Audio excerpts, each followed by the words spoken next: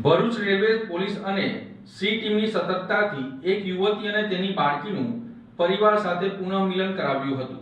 Railway ટ્રેનો તથા railway હદ વિસ્તારમાં મહિલાઓ અને બાળકો સામે થતા ગુનાઓ અટકાવવા માટે ખાસ સૂચનાઓ આપવામાં આવી છે. આ માર્ગદર્શન હેઠળ ભરૂચ રેલવે પોલીસ સ્ટેશનના પોલીસ ઇન્સ્પેક્ટર કે.એસ. દેસાઈના નેતૃત્વમાં પોલીસ ટીમ સતર્ક રહી કામગીરી કરી રહી છે. 13 માર્ચ 2026ના રોજ બપોરના સમયે 12 વાગે એક પેસેન્જર ભરૂચ રેલવે સ્ટેશન પર એક યુવતી અને તેની નાની બાળકી હોવાની જાણ કરી હતી. પ્રાથમિક તપાસમાં જાણવા મળ્યું હતું કે યુવતી બોરીવલી વેસ્ટ મુંબઈની રહેવાસી છે અને તેની સાથે આશરે 3 વર્ષની બાળકી હતી. પોલીસે યુવતીને આશ્વાસન આપી વિશ્વાસમાં લઈ પૂછપરછ કરતા જાણવા મળ્યું હતું કે પોતાના પિયરમાં ભાઈના લગ્ન પ્રસંગે જવાનું હતું. જોકે તેને આ અંગે ઘરમાં કોઈને જાણ કર્યા વિના આંગણવાડી જઈ રહી છું તેમ કહી દીકરીને સાથે લઈ ઘરેથી નીકળી હતી. ત્યારબાદ કોઈ ટ્રેનમાં બેસીને ભરૂચ રેલવે સ્ટેશન પર આવી પહોંચી હતી. પરિસ્થિતિની ગંભીરતા સમજી ભરૂચ રેલવે પોલીસે યુવતીને સમજાવીને તેના પતિનો મોબાઈલ નંબર લઈ સંપર્ક કર્યો હતો.